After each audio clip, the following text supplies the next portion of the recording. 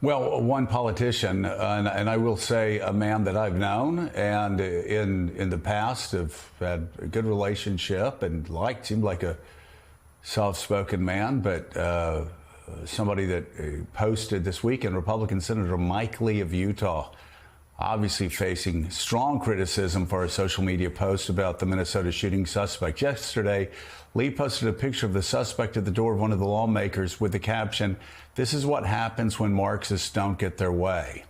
It is the pinned tweet at the top of his page. 25 minutes later, the senator posted another picture of the suspected shooter with the caption, "Nightmare on Wall Street," mocking, of course, the situation with the name of the Minnesota governor. Both of those posts came hours before Lee tweeted a Happy Father's Day message. Conservative journalist Brad Palumbo responded to one of the posts writing, quote, "What the hell is Mike Lee doing? Has he completely lost it?" Meanwhile, contributing editor for The Atlantic, Norm Ornstein wrote, "Even for Mike Lee, this is beyond disgusting, disinformation beneath contempt." We're used to, Senator, we're used to wackos on the extremes on both sides, posting bizarre things on social media.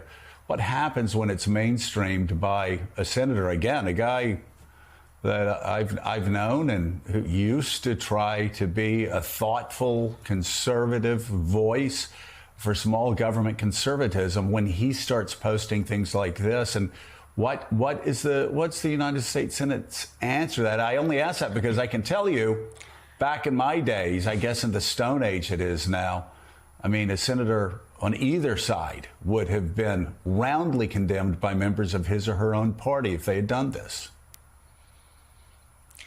I have condemned what Mike Lee did here at home, and I will speak to him about this when I return. And what I'm going to tell him is, this isn't funny what happened here. This was an incredible woman, her husband, her two kids yesterday on Father's Day. There was no Father's Day for them. They lost both their parents.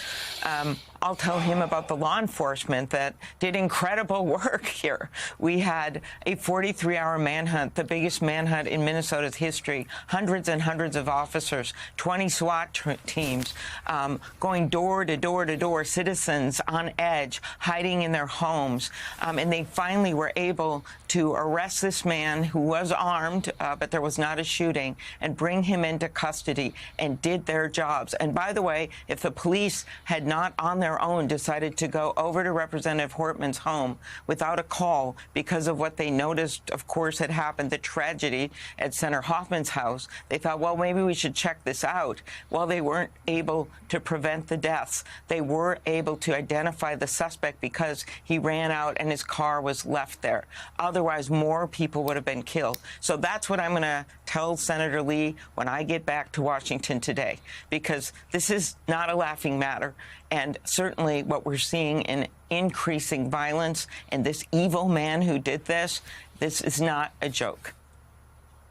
All right, Democratic Senator Amy Klobuchar of Minnesota, thank you so much for being with us this morning. Thank you. And please send our thoughts and prayers and love to the families and the people of Minnesota.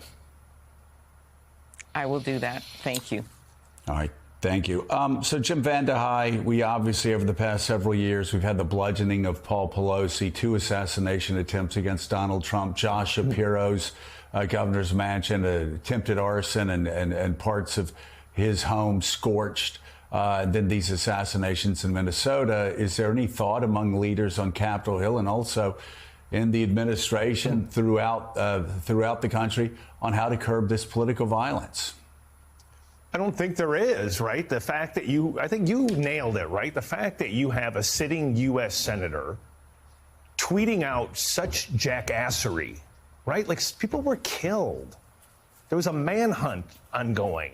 And a U.S. senator thought that the best use of his time was to mock, was to accuse it of being like a part of an ideological plant. And the fact that that's normalized, that there wasn't more of a response, shows that there's just no real solution coming from lawmakers. And by the way, it is hitting liberals and conservatives. Anybody who gets on social media understands algorithms, understands how they're meant to get you all hopped up on topics you're already hopped up about, eventually you become disassociated, I think. I mean, how else can you explain senators taunting or tweeting things that we might have done when we were drinking when we were 18? You're a U.S. senator.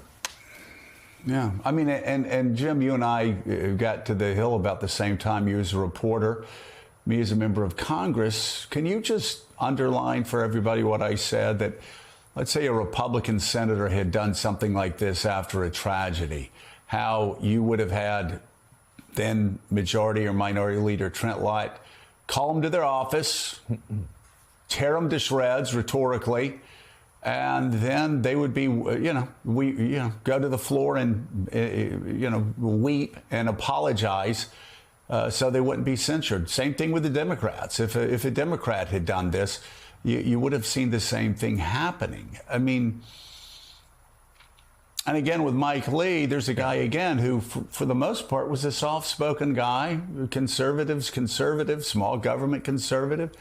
I'm just curious. I mean, how did we get here? And talk about how radically things have changed since you first got to Washington on this score. And we're asking this question because when this continues, the violence is sure to follow. Yeah, I mean, the thing is, norms slip slowly, then suddenly, right? And I think the root cause here probably is social media as an outlet for any idea, any absurd thought that you have to be distributed at scale instantaneously. The fact that the more provocative it is, the more likely you're going to get engagement, creates kind of a mental, almost like a dopamine jolt when you get people applauding things, no matter how silly the things are that you're saying. And the only way you change that is what you're talking about, is you somehow have to get back to the fact that you live in the same country. You're running the same government. You can have ideological differences and not taunt each other or accuse the other of the most awful atrocities. You can do it. It was done when you were in Congress, like you said. People would have been censured. You literally would have been a vote on the House or Senate floor censuring you for your behavior, and those votes almost never took place because there were norms that people stuck to. And there's nothing soft about norms. There's nothing whiny about norms. You can have political debate.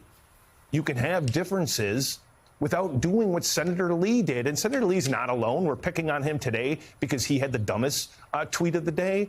But there's other lawmakers that do it all the time. I even watch Democrats now responding to Republicans, and it's almost like they're picking up the Trump habits. The amount of profanity, the amount of taunting, the amount of making fun of people. It feels good, but it doesn't really solve anything, right? And I think that's why the American people wake up every day and they're just exhausted.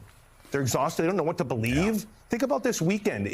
I feel so bad for people who don't have to marinate in this crap all day. How would you even know if the crowds were big this weekend, or whether or not the shooter was a liberal or a conservative? It depends what channel you went into. It depends what social media feed you were into. The amount of nonsense that was filtering out there. And that's why I think a lot of people just say, to hell with it. I'm not going to pay attention to anything. I'm going to go have a life, and I'll let politics be politics. And maybe I won't go vote, and I won't demand that you return to those norms. Right, and you can say the same thing about what happened out in L.A. If you're in one media ecosystem, then there were riots on every street corner in L.A. and burning cars, millions of burning cars, just absolute chaos. If you were on the other side, it was like, springtime and, people handing daisies out to each other. There was no sort of in between there. And even Bill Maher said on Friday night just how frustrated he was that, people on the hard right were trying to suggest that there were riots on every street. He said there just wasn't. It's just, again, it's a skewed reality that these people that are locked into one political ecosystem are seeing. It was far more balanced than that. Now,